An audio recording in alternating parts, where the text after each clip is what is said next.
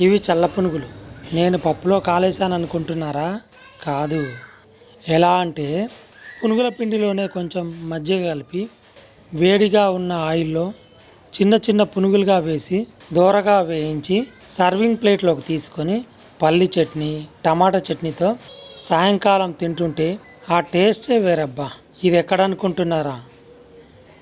Vijay Durga tiffin centre, Balaji Nagar, Kukatpally.